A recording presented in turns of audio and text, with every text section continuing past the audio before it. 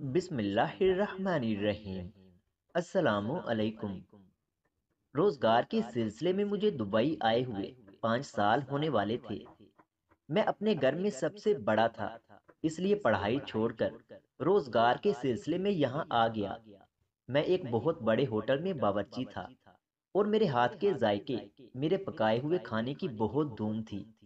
ایسی کیا وجہ تھی یہ تو مجھے بھی معلوم نہیں تھا، لیکن پھر بھی جو ایک دفعہ میرے ہوٹل میں آتا اور میرے ہاتھ کا کھانا کھاتا تو پلٹ کر ضرور آتا تھا۔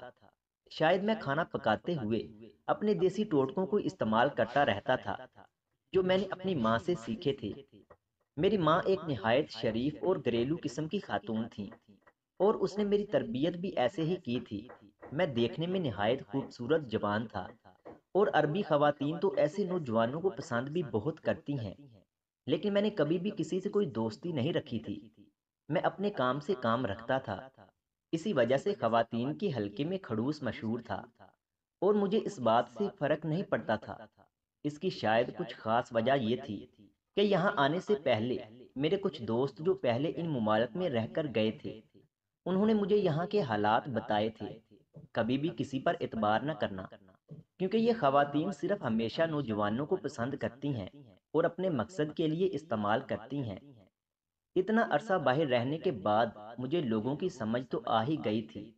ایک دن میں اپنی کھانا پکانے کی شفٹ ختم کر چکا تھا، ویسے ہی باہر بیٹھ کر گپ شپ لگا رہا تھا کہ اتنا عرصہ کام کرنے کی وجہ سے میری سب سے اچھی دوستی ہو گئی تھی اور میں اپنے کام سے کام رکھتا تھا، کسی کے ذاتی معاملات میں نہیں بولتا تھا، اس لیے سبھی مجھے پسند کرتے تھے۔ ایک دن میں کام میں مصروف تھا کہ ایک عورت ہوٹل میں آئی۔ میں نے اس کے آنے کا نوٹس نہیں لیا، لیکن اس نے میرے سامنے والی میز پر بیٹھ کر مجھے ٹک ٹکی باندھ کر دیکھنا شروع کر دیا۔ ایسے کوئی بھی دیکھے تو انسان کو محسوس ہو جاتا ہے۔ پہلے تو کچھ دیر میں نظر انداز کرتا رہا، لیکن جب معاملہ میری برداشت سے باہر ہوا تو میں اٹھ کر واپس کچن میں چلا گیا، اپنے کپڑے وغیرہ بدلے کیونکہ میرا ٹائم ختم ہو چکا تھا، اور اپنی رہائش گاہ پر چلا گیا۔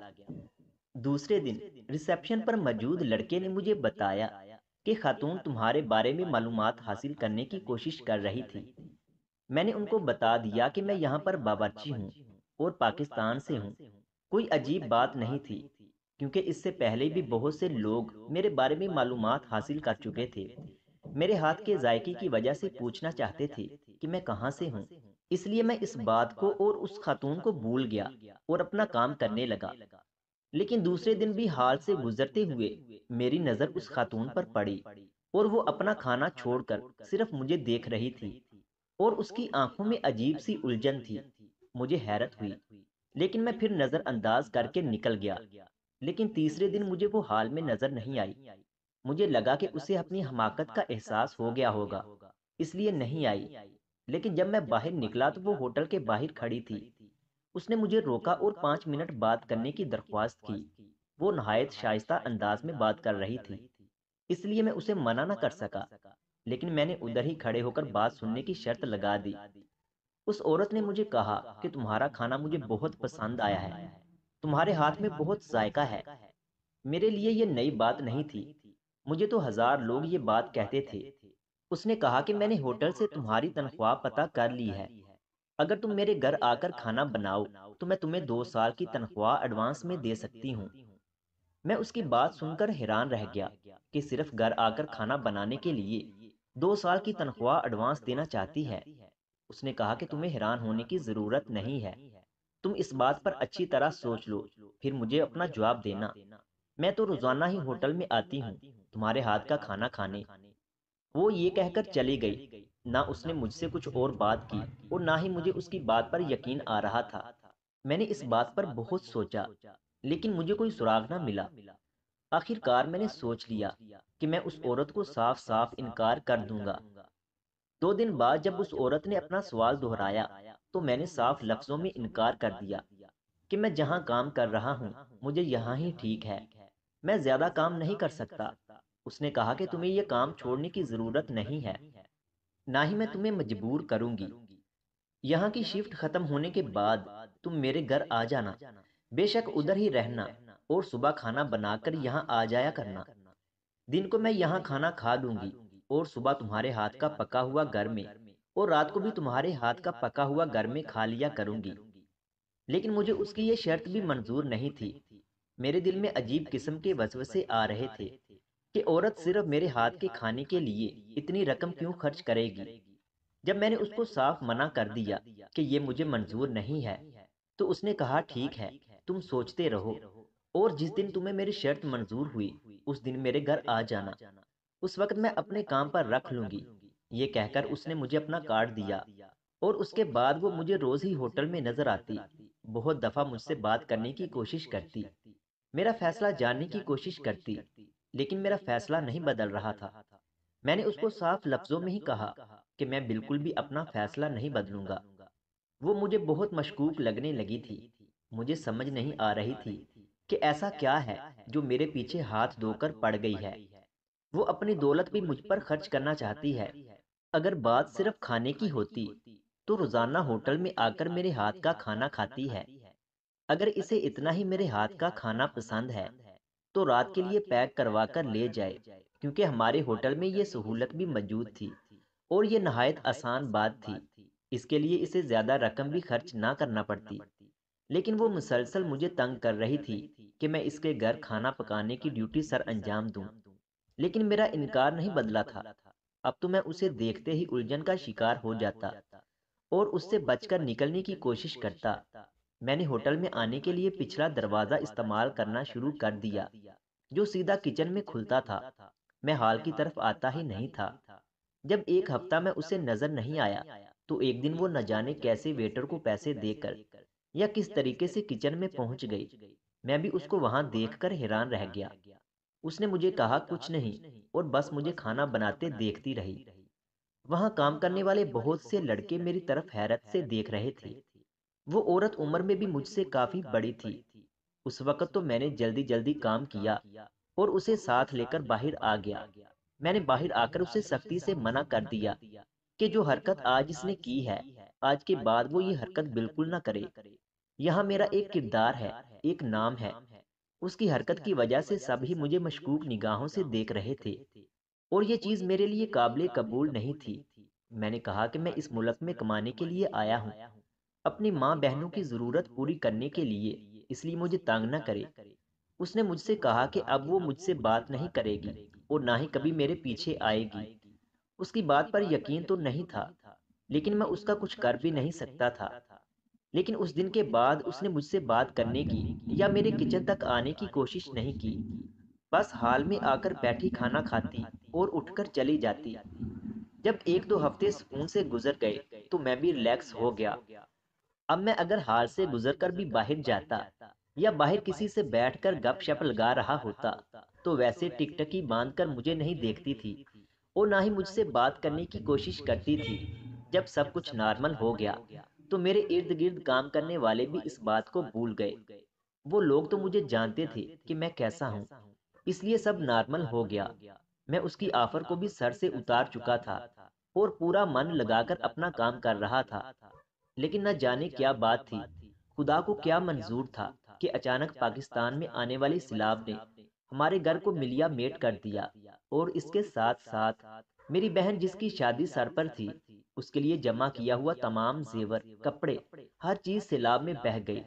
اب میری فیملی کھلے آسمان کے نیچے تھی اور ان کو گھر بنا کے دینے کے لیے اور اپنی بہن کو عزت سے اپنے گھر کا کرنے کے لیے مجھے بہت سے پیسے درکار تھے، اور سارے پیسے میں کسی صورت بھی یہاں کام کر کے نہیں جمع کر سکتا تھا۔ ماں جب فون کرتی ایک ہی بات کہتی کہ کچھ ایسا کرو کہ ہمیں گھر مل جائے۔ میں تمہاری جوان بہنوں کو لے کر کھلے آسمان کے نیچے نہیں رہ سکتی۔ میرا اور کوئی بھائی تو تھا نہیں، صرف دو بہنیں تھیں، اور مجھے بھی شدت سے احساس تھا کہ کھلے آسمان کے نیچے ان کی زندگی کیسی ہوگی۔ اب میرے پاس ایک آخری راستہ بچا تھا کہ میں اس عورت کی آفر قبول کر لوں۔ میں ابھی بھی ہاں یا نہیں کے درمیان میں لٹک رہا تھا کہ اچانک ایک دن بہن کا فون آیا اور اس نے بتایا کہ بڑی بہن کے سسرال والے شادی کے لیے آئے تھے اور وہ چاہتے ہیں کہ ہم جلدی جلدی گھر بنا لیں یا کوئی کرائے کا گھر لے کر رہنے لگے تاکہ وہ لوگ شادی کر کے لے جائیں۔ وہ نہیں چاہتے کہ ان کے گھر کی ہونے والی بہو کھلے آسمان تلے رہے۔ بات تو ٹھیک تھی، لیکن ایسے ہی خالی ہاتھ میں اپنی بہن کا نکاح نہیں کر سکتا تھا۔ ساری زندگی کے لیے اس کو تانا بن جاتا کہ بھائی باہر کام کر رہا ہے اور اسے خالی ہاتھ ہی ودا کر دیا۔ اس لیے میں جو اتنے دنوں سے فیصلہ نہیں کر پا رہا تھا، وہ فیصلہ چند منٹوں میں ہو گیا۔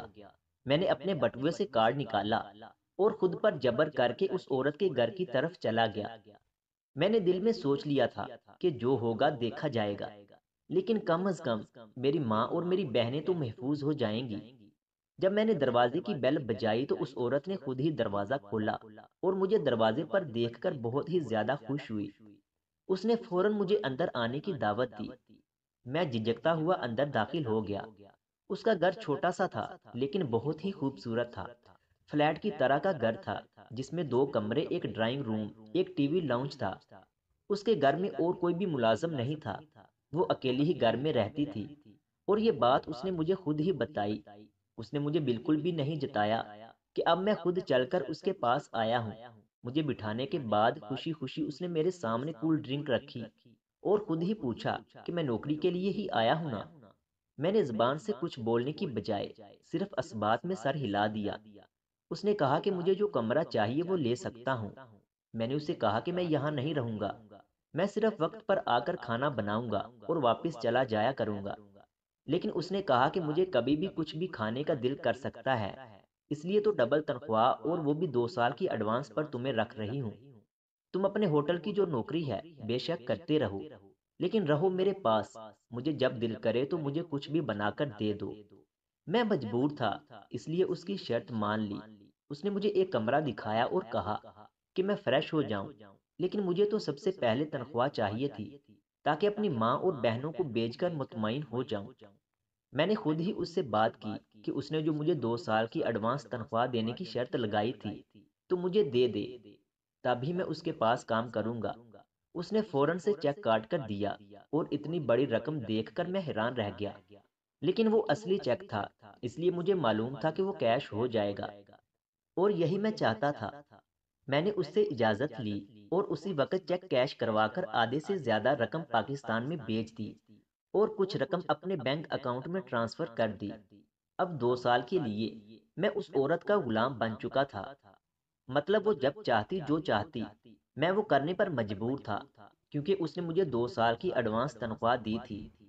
لیکن مجھے اس بات پر بہت زیادہ حیرت ہوئی کہ اس نے ایڈوانس تنخواہ تو مجھے دے دی، لیکن مجھ سے کوئی بھی ایگریمنٹ نہیں کروایا۔ اگر میں کل اس بات سے مکر جاتا کہ اس نے مجھے کچھ پیسے دیے ہیں تو اس کے پاس کوئی ثبوت نہیں تھا، لیکن میرے دل میں ایسا کوئی بھی خیال نہیں تھا۔ پیسے بیچ کر میں واپس آیا تو اس نے مجھے پاکستانی بریانی بنانے کو کہا۔ مجھے اس پر حیرت ہوئی کہ اسے کیسے معلوم پاکستان میں اس طرح کی بریانی بنائی جاتی ہے، لیکن میں نے پاکستانی مسالہ ڈال کر ہی بریانی بنائی جو اس نے بہت شوق سے کھائی اور میں نے بھی۔ اس کے بعد رات کو میں اپنے کمرے میں سونے کے لیے چلا گیا۔ میں اندر سے کچھ غیر مطمئن سا تھا، لیکن وہ رات خیریت سے گزری۔ دوسرے دن جب صبح میری آنکھ کھلی اور میں اٹھ کر باہر آیا تو وہ کچن میں ناشتہ بنا رہی تھی۔ میں نے اسے کہا کہ میں اٹھ گیا ہوں، میں ناشتہ بنا دوں گا، لیکن اس نے کہا کہ جلدی سے ہاتھ دھو کر آ جاؤ، ناشتہ وہ بنا چکی ہے۔ اور جب میں فریش ہو کر ٹیبل پر آیا تو ٹیبل پر ناشتہ لگا چکی تھی۔ میں نے ناشتہ کیا اور اٹھ کر ہوٹل چلا گیا۔ دن بھر میں اس کے بارے میں سوچ رہا تھا، پھر یہی سر سے جھٹک دیا کہ 2 سال کی بات ہے، 2 سال بعد میں نے یہاں کام نہیں کرنا ہے، اور ابھی بھی اگر اس نے کچھ الٹا سیدھا کیا تو میں نوکری چھوڑ کر چلا جاؤں گا۔ اس نے مجھے رقم دی ہے، اس چیز کا کوئی ثبوت تو نہیں ہے، اس لیے وہ کیا کر لے گی؟ کام کرنے کے بعد میں واپس اس کے گھر پر گیا تو وہ گھر پر نہیں تھی، لیکن اس نے مجھے پہلے ہی گھر کی ایک چابی دے دی تھی۔ میں دروازہ کھول کر اندر گیا تو اس کا بیڈ روم لاک تھا اور مجھے اس کی ضرورت بھی نہیں تھی۔ وہ رات کو آ گئی۔ میرے پوچھنے پر اس نے بتایا کہ آج میں اپنی مرضی کا کچھ بھی بنا لوں۔ مجھے حیرت ہوئی، لیکن میں نے خاموشی سے پاکستانی طرز کا قورمہ بنایا اور اس نے وہ بہت ہی خوشی سے کھایا، کیونکہ میری عادت ہو چکی تھی کہ میں ہوٹل جانے سے تھوڑی دیر پہلے اٹھتا تھا اور تیار ہو کر ہوٹل پہنچ جاتا تھا۔ مجھے جلدی جاگنے کی عادت نہیں تھی، اس لیے میری آنکھ نہیں کھلی۔ دوسرے دن بھی جب اپنے مخصوص وقت پر میری آنکھ کھلی تو ناشتہ بنا کر ٹیبل پر میرا انتظار کر رہی تھی۔ میں نے کہا بھی کہ مجھے جلدی اٹھا دیا کریں، لیکن اس نے کہا کہ کوئی بات نہیں، یہاں رہتے ہوئے ہفتہ ہو گیا تھا، رات کو میں کھانا بنا دیتا، لیکن صبح کا ناشتہ وہی بناتی اور برتن وہ خود ہی دھویا کرتی تھی، مجھے برتن تک نہیں دھونے دیتی تھی۔ لیکن اس نے ایسی الٹی سیدھی فرمائش نہیں کی تھی۔ میرے جانے کے بعد وہ بھی چلی جاتی۔ ایک ہفتے کے دوران معلوم ہوا کہ وہ ایک فرم میں نوکری کرتی ہے اور اس کی تنخواہ اچھی خاصی ہے۔ اب میں تسلی سے اس کے گھر میں رہنا شروع ہو گیا تھا، اور پہلے تو میں یہاں آتے ہوئے کوئی چیز استعمال کرتے ہوئے ڈرتا تھا۔ اب وہ سب ختم ہو گیا تھا۔ وہ خود ہی واش روم سے میرے کپڑے اٹھا کر لانڈری والے کو دے دیتی تھی۔ اپنے کپڑوں کے ساتھ ہی کپڑے واپس آتے تو میری الماری میں رکھوا دیا کرتی تھی۔ شاپنگ کرنے جاتی تو میرے لیے بھی کچھ نہ کچھ لے آیا کرتی تھی۔ مجھے اس کی ساری مہربانی عجیب لگ رہی تھی کہ کچھ بھی ہو، میں تھا تو اس کا ایک نوکر ہی، اور نوکر کا اتنا خیال کون رکھتا ہے۔ جب مجھے یہاں رہتے ہوئے مہینہ ہو گیا اور میری اس سے کچھ بے تکلفی ہو گئی تو مجھے اس کے بارے میں تجسس ہونے لگا، کیونکہ جہاں تک میں جانتا تھا عرب خواتین اپنے سے کم عمر لڑکوں کو اپنے پاس رکھتی تھیں اپنی تسکین کے لیے، لیکن ایسی کوئی بھی بات نہیں تھی۔ یہ مجھ سے ہنسی مذاق بھی کرتی تھی تو ایک حد میں رہ کر ہم دونوں ایسے رہتے تھے جیسے کوئی اچھے دوست۔ اور مزے کی بات یہ تھی کہ وہ کبھی بھی مجھے کھانا بنانے کے لیے مجبور نہیں کرتی تھی، کبھی خود ہی باہر سے کھانا لے آتی تو کبھی میرے لیٹ ہو جانے پر رات کو کھانا بھی خود ہی بنا لیتی، اور صبح کا ناشتہ تو وہی بنایا کرتی تھی۔ لیکن اس کا دن کو ہمارے ہوٹل میں آ کر کھانا کھانا اسی طرح جاری و ساری تھا۔ کسی کو بھی معلوم نہیں تھا کہ میں اس ہوٹل کے علاوہ اس عورت کے گھر میں نوکری کرتا ہوں، اور یہ بھی اس کی مہربانی تھی کہ اس نے بھی کسی کو نہیں بتایا۔ اس کی طرف سے دی ہوئی رقم میرے گھر بھیجی تو میرے سارے مسائل حل ہو گئے تھے۔ ماں نے نیا گھر خرید لیا تھا اور بہن کی بڑی دھوم دھام سے شادی کر دی گئی تھی۔ میں اب مطمئن تھا، لیکن بس اس عورت کے بارے میں تجسس تھا کہ اگر صرف اس کو میرے کھانے کی پرواہ ہوتی تو یقیناً مجھ سے بار بار کھانا بنواتی رہتی۔ لیکن یہ تو کبھی مجھے نہیں کہتی کہ تم کھانا بناؤ، تو ایسی کیا وجہ ہے کہ یہ مجھے اپنے گھر میں رکھنا چاہتی ہے، اور اس کے لیے اس نے مجھے اتنی رقم بھی دی ہے۔ ایک دن میں نے رات کا کھانا بنایا اور آواز دی، لیکن وہ اپنے کمرے سے نہیں آئی۔ میں نے جا کر اس کے کمرے کا دروازہ کھٹکھٹایا، لیکن دروازہ پہلے سے کھلا ہوا تھا۔ نہ جانے من میں کیا سمائی کہ میں نے آہستہ سے دروازہ کھولا اور اندر داخل ہو گیا، لیکن اندر جاتے ہی پہلی نظر جس پر پڑی وہ مجھے حیران کرنے کو کافی تھی۔ مجھے یوں لگا کہ جیسے کمرے کی چھت میرے سر پر آ گری ہو، اور اسی وقت واش روم کا دروازہ کھلا اور وہ واش روم سے باہر آئی۔ مجھے اپنے کمرے میں دیکھ کر اور اتنے غصے سے وہ سب کچھ دیکھتے ہوئے بہت زیادہ گھبرا گئی۔ اس نے مجھے کہا کہ مجھے غلط مت سمجھنا، لیکن مجھے تو ابھی تک اپنی آنکھوں پر یقین نہیں آ رہا تھا۔ اس کمرے میں ایک بہت بڑے سائز کی میری تصویر لگی ہوئی تھی۔ غصے اور حیرانی کی بات تو یہ تھی، اس نے کہا کہ تم یہاں بیٹھو، میں تمہیں ساری بات بتاتی ہوں۔ میں کمرے میں نہیں بیٹھنا چاہتا تھا، اس لیے چپ چاپ باہر نکل آیا۔ وہ میرے پیچھے چلتی ہوئی باہر آئی اور ٹی وی لاؤنج میں بیٹھ گئی۔ اس نے کہا کہ میں اپنی طرف کی کہانی سناتی ہوں، مجھے خاموشی سے سننا ہوگا۔ میں نے جواب میں سر ہلایا۔ اس نے مجھے جو کہانی سنائی وہ میرے لیے بہت ہی حیران کن تھی۔ اس نے بتایا کہ جو تصویر میں نے اس کے کمرے میں دیکھی ہے وہ میری نہیں بلکہ میرے باپ کی ہے، اور وہ میرے باپ کی بیوی ہے۔ میرے باپ نے اس سے شادی کی تھی، اور اس وعدے پر کہ پاکستان جا کر اپنی فیملی کو سب کچھ بتائے گا۔ پاکستان گیا تھا، لیکن اس کے بعد لوٹ کر نہیں آیا۔ اس کو اس کے پاکستان کے کسی پتے کے بارے میں معلوم نہیں تھا، اس لیے چپ کر کے بیٹھ گئی، اور اس نے مجھے دیکھا تو اسے یقین ہو گیا کہ میں اس کا ہی بیٹا ہوں، کیونکہ میں ہو بہو اپنے باپ کی کاپی تھا۔ اس لیے وہ مجھے اس گھر میں لے کر آنا چاہتی تھی۔ اتنے سالوں سے میرے باپ کے نام پر بیٹھی ہوئی تھی۔ مجھے تو یہ سن کر شدید حیرت ہوئی، اور میں نے اسے بتایا کہ یہاں سے واپس جانے کے کچھ ہی دنوں بعد ایک ایکسیڈنٹ میں میرے باپ کی موت ہو گئی تھی، تو ان کو موقع ہی نہیں ملا کہ وہ اس کے بارے میں ہمیں بتائیں اور ہمارے بارے میں کچھ اسے بتائیں۔ اس کے بعد مجھے سمجھ نہیں آ رہی تھی کہ اس سے کیسا برتاؤ کروں۔ ایک عرب خاتون جو امیر کبیر بھی تھی اور خوبصورت بھی تھی، اس نے انجانے میں ہی صحیح اس شخص کی جو اس کو چھوڑ کر گیا تھا، اس کی اولاد کی بہت سی مدد بھی کی تھی۔ مجھے اور تو کچھ سمجھ نہیں آیا، لیکن میں نے اس وقت اپنی ماں کو پاکستان میں فون کیا اور اسے ساری صورتحال بتائی۔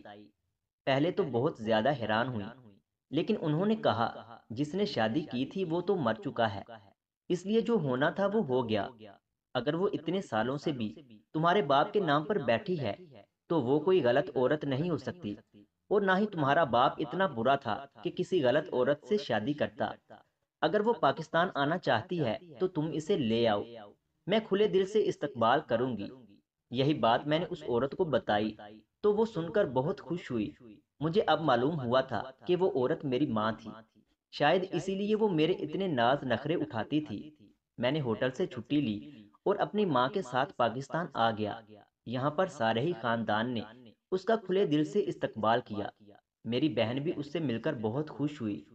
وہ میرے ساتھ ہی 1 مہینہ رہ کر واپس پلٹ گئی، کیونکہ وہ اس ملک میں رہ نہیں سکتی تھی، لیکن اب میں اس کے ساتھ ہی رہتا ہوں، ایک بیٹے کی طرح، اور وہ میرا ماں کی طرح خیال رکھتی تھی۔ پاکستان بھی اس کا آنا جانا تھا، ہر خوشی غم کے موقع پر وہ ہمارے ساتھ شامل ہوتی تھی، کیونکہ اس نے دوبارہ شادی کرنے سے انکار کر دیا تھا اور پاکستان کی خواتین کی طرح اپنی ساری زندگی میرے باپ کے نام کر دی تھی، اور اس کی اس بات نے ہمارے دل میں اس کی عزت بہت زیادہ بڑھا دی تھی۔ مزید اس طرح کی ویڈیوز دیکھنے کے لیے ہمارے یوٹیوب چینل علمی روم کو سبسکرائب کریں۔